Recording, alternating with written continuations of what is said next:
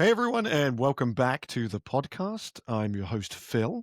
And today I'm joined by Jimmy Burroughes. And the first real question I have, this conversation is really going to be focused on burnout and leadership and its combination with maybe staff retention. But the first thing that I would ask of you, Jimmy, is like, how would you define burnout? Because as I say it, no doubt people have their own experiences that they're drawing from to define it themselves, but I'd love to hear your definition. Yeah, great. Thank you, Phil, for the invitation and for the introduction.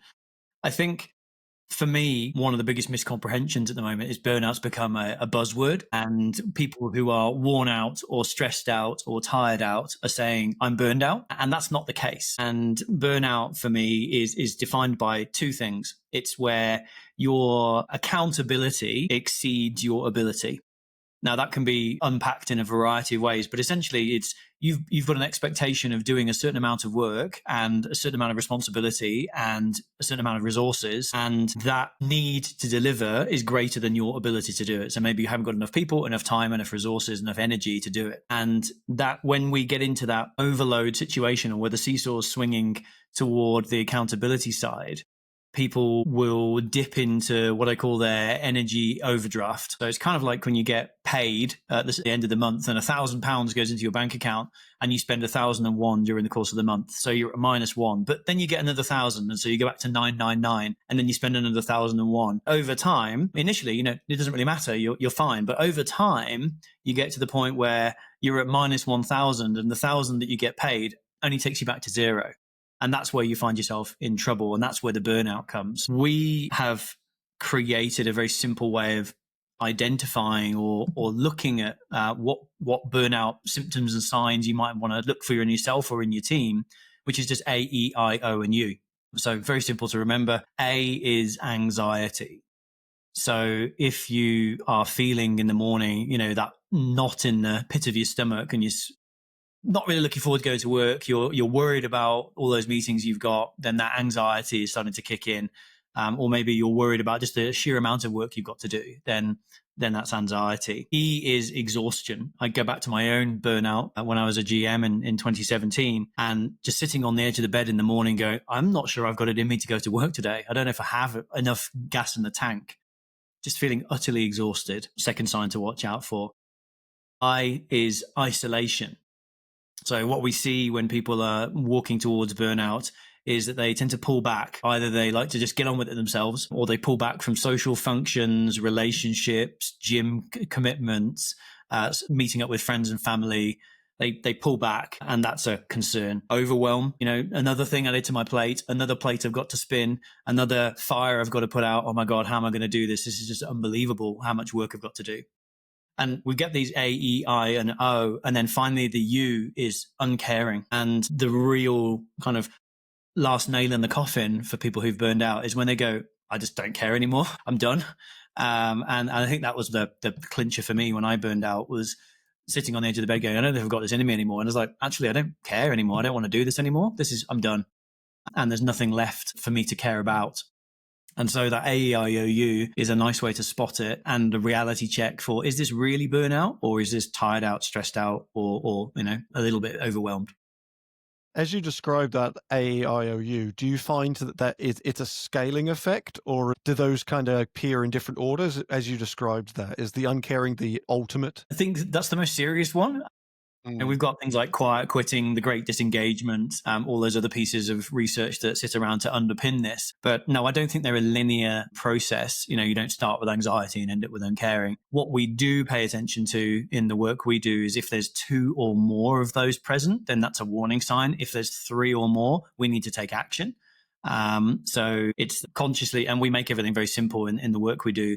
So people can go, oh yeah, actually that's me. And then we have some strategies for how we deal with that. But it's not kind of a graduated scale. It's are you pick and mixing any of those? If you are, then if there's 2, pay attention. If there's 3, go get some help. Before we get onto maybe some of the actionable, what maybe folks can do as they're kind of identifying these, let's bring it back to maybe a story. Do you have an experience yourself? You sort of highlighted a little bit where you've experienced burnout, and why for you is this core to what you're trying to solve There's obviously, you've got some care that's around burnout. So where's that care coming from?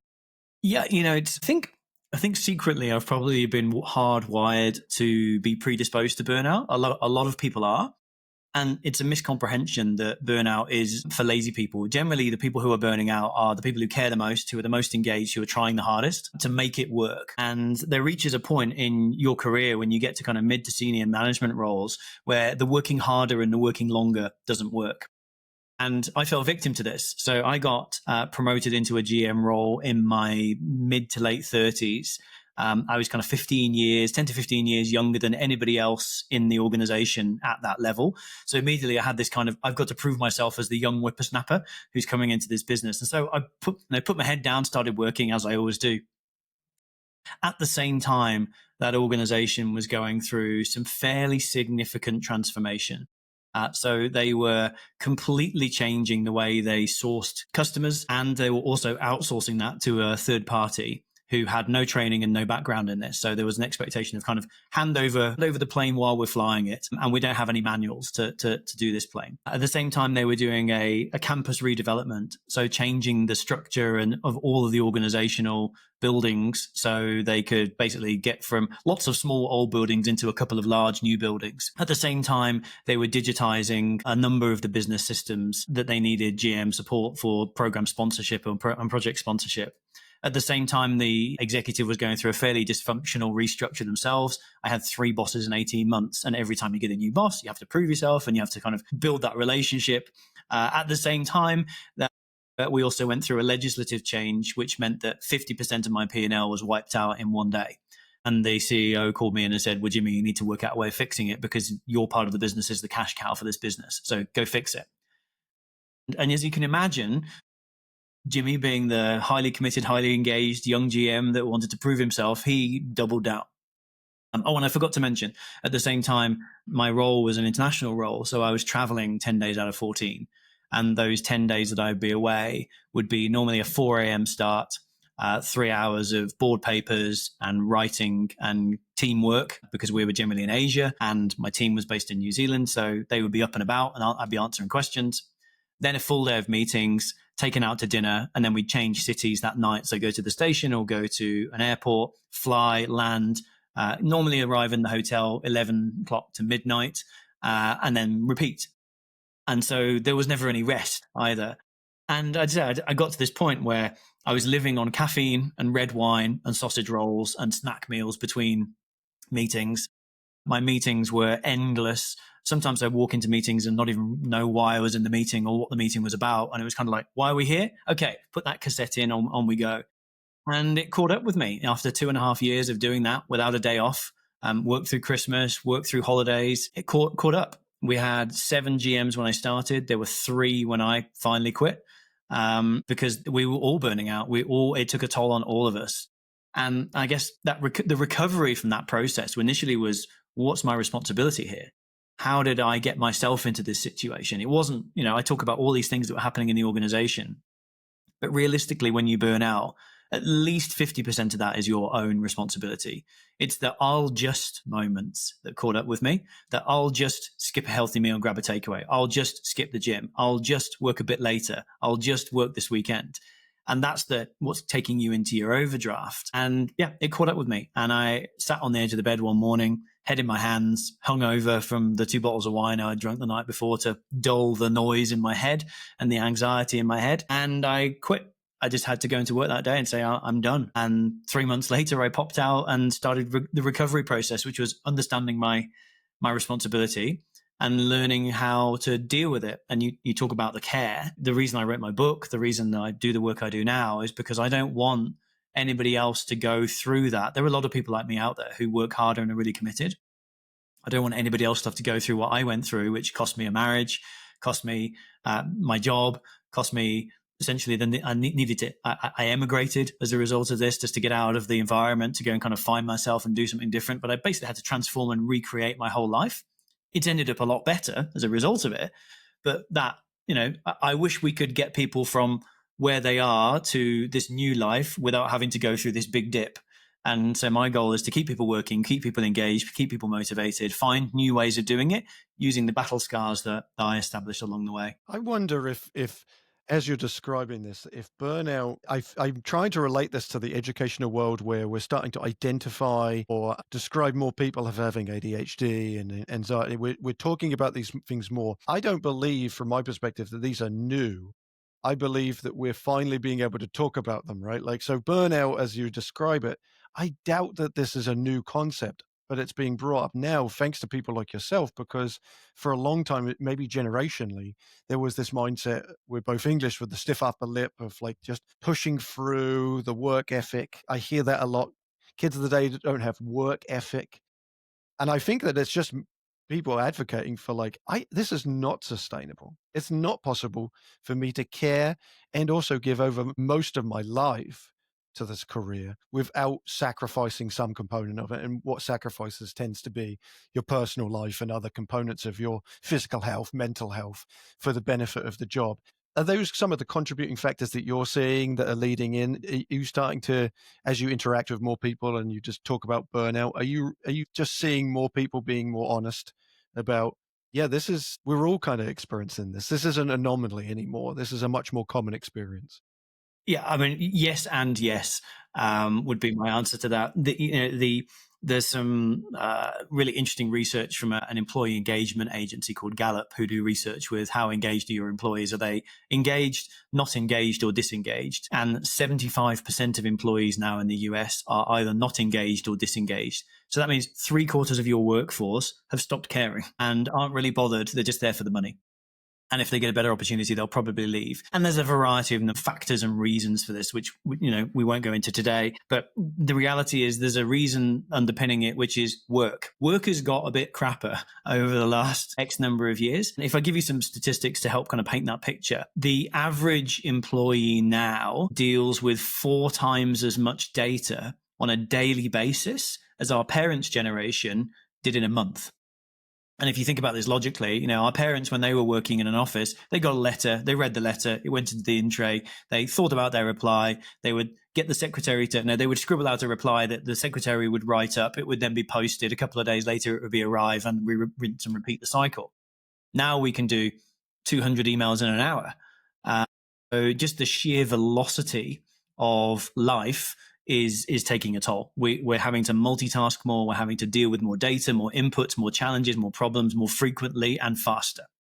That's the first reason. The second reason, I think, is because of that increased velocity, the necessity, the cognitive load that's put on us to multitask and task switch. We have 3 different types of switching. There's altitude switching, which is moving from strategic to tactical, strategic, tactical, strategic, tactical. And every time we do that, there's a cognitive load. It burns a lot of sugar and energy in our brain. The average leader at kind of GM level is doing that 30 to 50 times a day. So, they're walking out of a regional planning meeting into a one-on-one where they're talking about somebody's dress code. And then they're going back in and briefing the CEO on, something for next year. And then they're into a morning tea where it's somebody's birthday.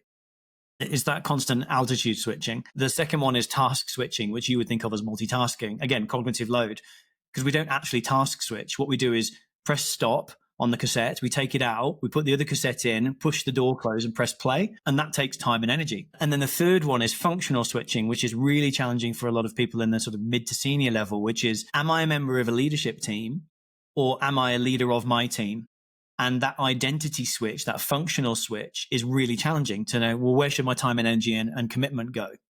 So that's the second reason is this leaders just switching constantly all the time because the pace is much quicker. They don't have the time to stop and bed into each of those switches. And that creates what you could think of almost like a cognitive grief. Our brain is going, that was tough, right? Okay, adjust, move on. And that takes its toll. And the third piece is exactly as you say, is that finally, thank goodness, we've become more comfortable at talking about some of these things. It used to be, oh, so-and-so had a nervous breakdown, or you would just quit and leave, Or worst case scenario, you would become what we call now the great resignation or the disengaged, and you just turn up, do your job and go home. And you would switch off and tune out. Now I think we're much more aware of some of these paradigms. And certainly since COVID, we've got more visibility of it. But the reality is it was tailing off before COVID anyway. That great 75% statistic I started with, we were at 71% before COVID.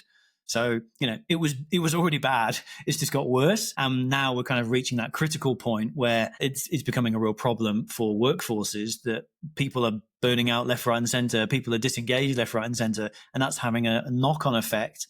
Because if you imagine it, if you and I are teammates and you've burned out or you've just switched off, well, somebody's got to carry that load. Who's going to pick it up? The committed, determined, highly engaged person who's like, oh, I'll take that on, give it to me.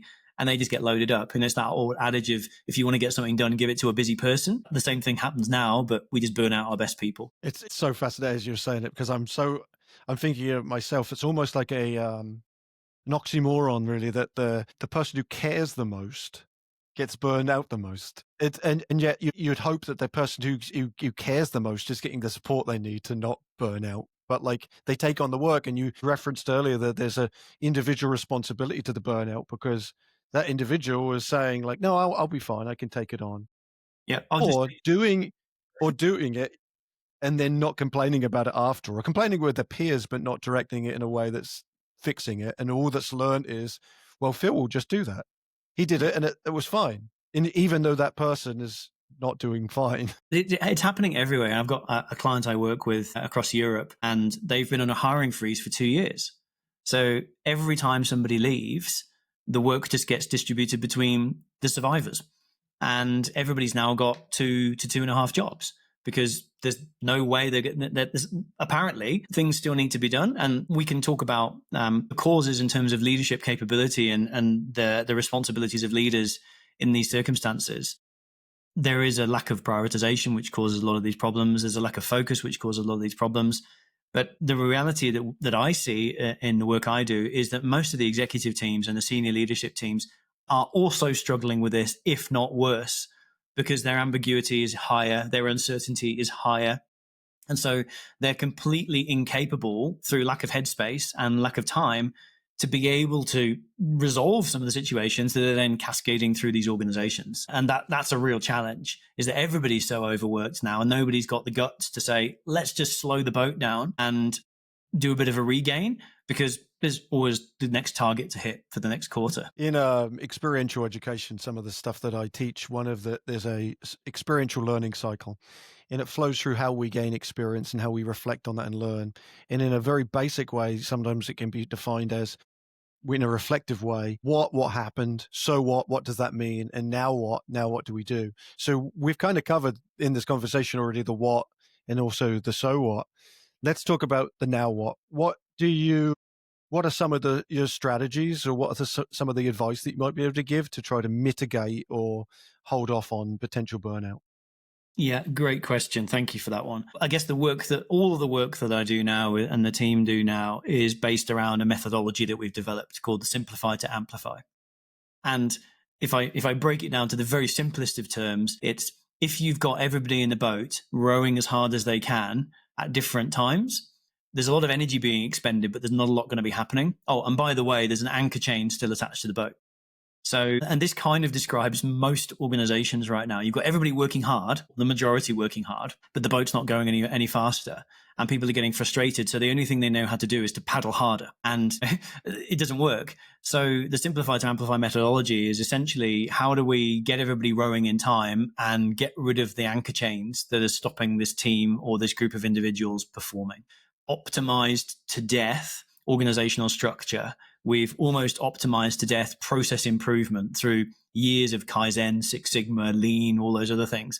What we haven't done is gone, what are all the things we're doing and why are we doing them? And what's the purpose of these and how do they contribute? And how do those contributions compare to each other, so we can work out where to put our time and energy? And that's really what we do in the work with leaders and leadership teams globally, is we help them see. So the first step of Simplify to Amplify is to see what is the friction points or the anchor chains that are holding them back.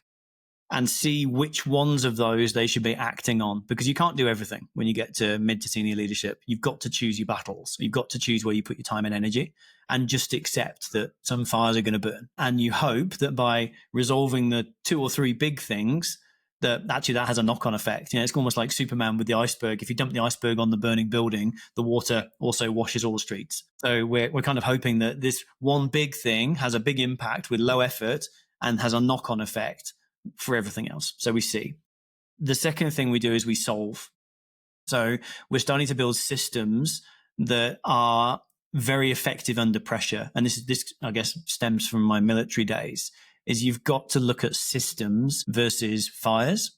So the example I can use, perhaps, if somebody keeps coming to you and asking for answers to solve their problems, the system failure is you haven't built up either trust with that person to give them delegating the accountability to be able to do it themselves, or you haven't built capability in the person. So you need to build a capability building system, and you need to build a trust system. So we show people how to do that in really simple ways, using 3 letters or 5 letters or a shape that they can follow. So it sticks under pressure. And they go, when I'm in that moment, the obvious one we would teach here is, what do you suggest? We just change the dynamic of the conversation immediately. But it's something that they can use really quickly. So we've seen the problems, we're starting to solve the problems by building systems. And then the final step in Simplify to Amplify is to scale. So I start doing it, I show you how to do it, we all start doing it, that has a ripple effect.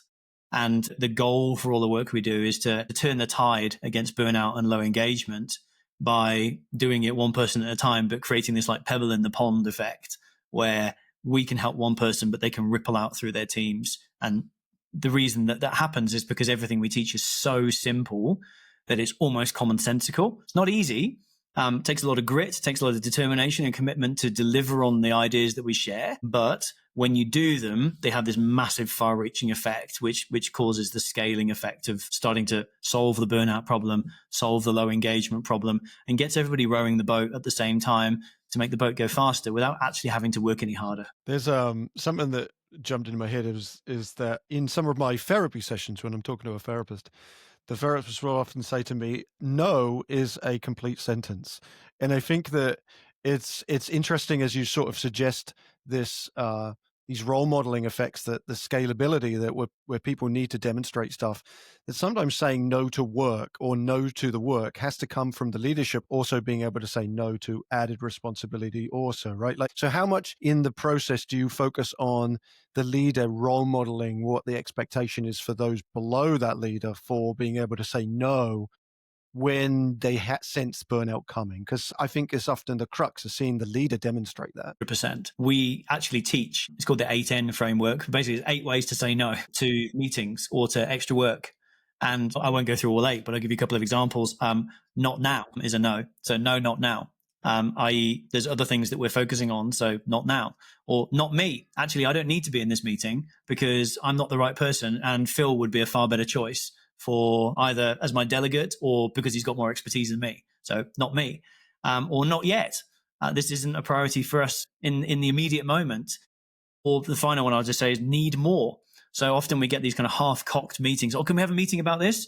Well, I need more information. I need more data. I need more time. So we teach people how to say no because they need to create headspace. One of the challenges in the first week of the program after they go through the 2-day experience is get rid of 20% of your meetings immediately. So go back through all your meetings and use the 8N framework and just say no to 20% of them, because you need to create, a few hours of headspace to be able to reflect and think, where am I going to put my time and energy next?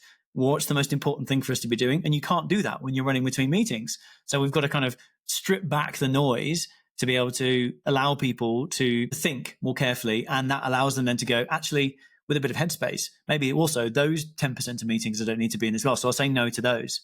Putting in a structure around how do we build meetings and how do we build engagements with people that means that we're allowed to say no as well. So one of the frameworks we use is called PVC. And the C is capacity. So do I have capacity to pick up this work? If no, then what do I stop, slow down, or substitute?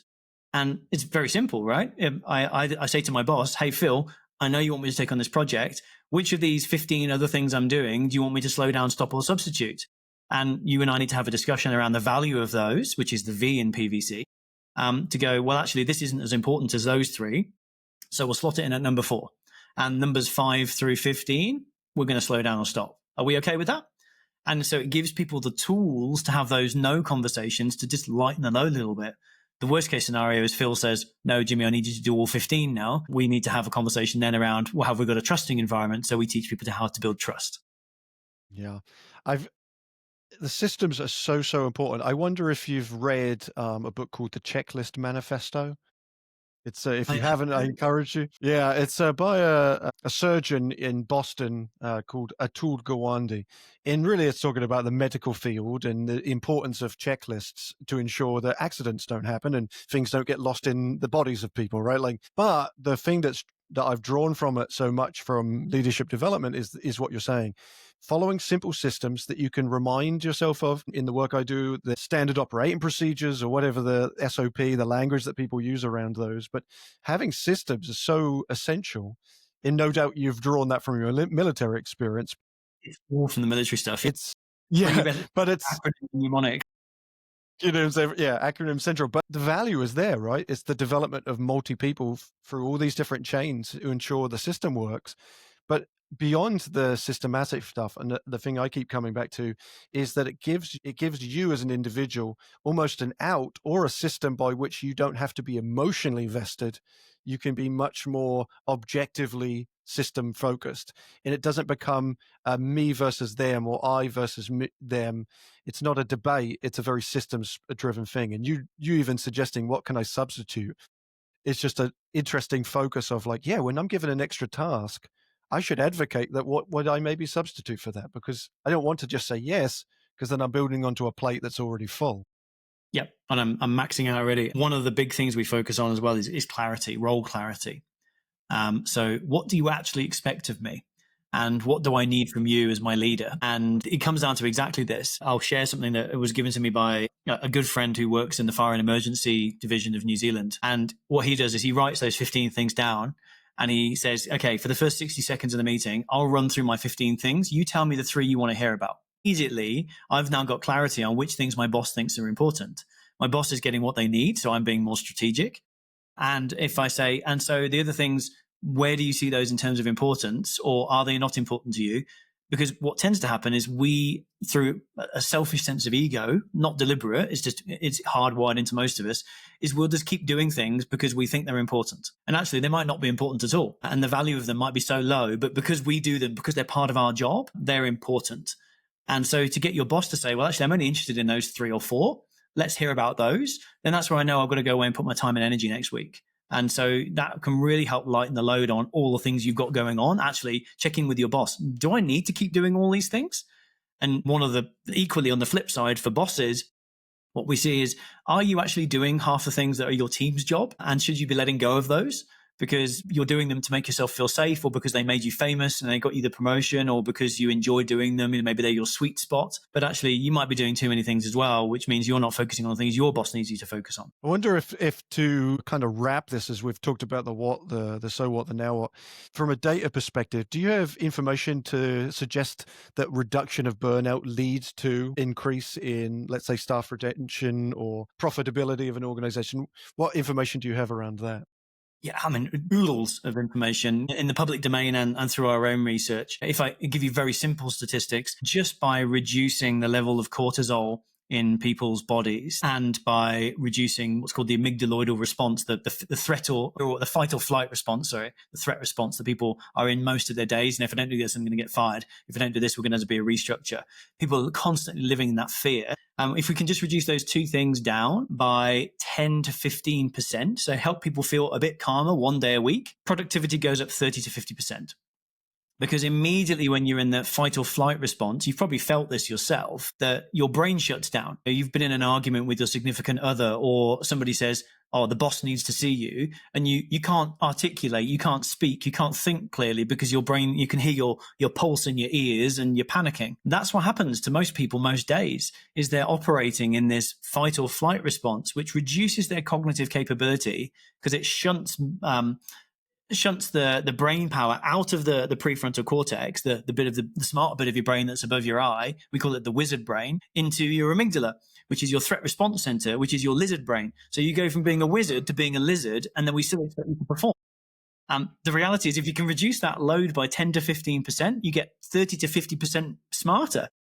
So you're going to be producing better stuff, which is going to lead to more innovation, more creativity, better product launches, better service, you name it. Equally, if we reduce those cortisol levels and we reduce burnout 10 to 15% in organizations, the financial implications in terms of healthcare costs, mental health treatment costs, those are up in the $168 billion a year, I think, is the US healthcare costs for burnout and related mental health related issues. So that's coming out of somebody's pocket. The company that you work for are paying for those treatments. Also, absenteeism. So people not there, people quitting. The average is 1.5 times the cost of somebody's salary to replace them, plus the productivity dip while they're not there, plus the extra strain on the rest of the team who pick up the work because it can't stop while you're not there. So you can see now there's a massive knock-on effect of, I mean, I could talk about this for hours, but the data just shows that if we can reduce this burnout by 10 to 15%, the significant difference that will make to a business is unbelievable in terms of the productivity. You could almost say it's like adding another 30 to 50% to your workforce just by doing that. This is incredible, and thank you for like sharing your passion, and it really exudes straight through, and your care for the work is very, very evident. If you're listening to this and you are relating to this in any such way, I encourage you to consider it with your current workforce and also those clients that you work with, to consider how do we maybe reduce those. And if you want more advice and you want support in that, then contacting Jimmy, and I will put all of Jimmy's contact information into the description of this podcast. Thank you, Jimmy, for this. This has been illuminating for me, and I'm just sitting here and nodding all the way through it. So thank you for sharing, and thank you for sharing your passion with us and this community. Thanks so much for the invitation, and I hope it helps.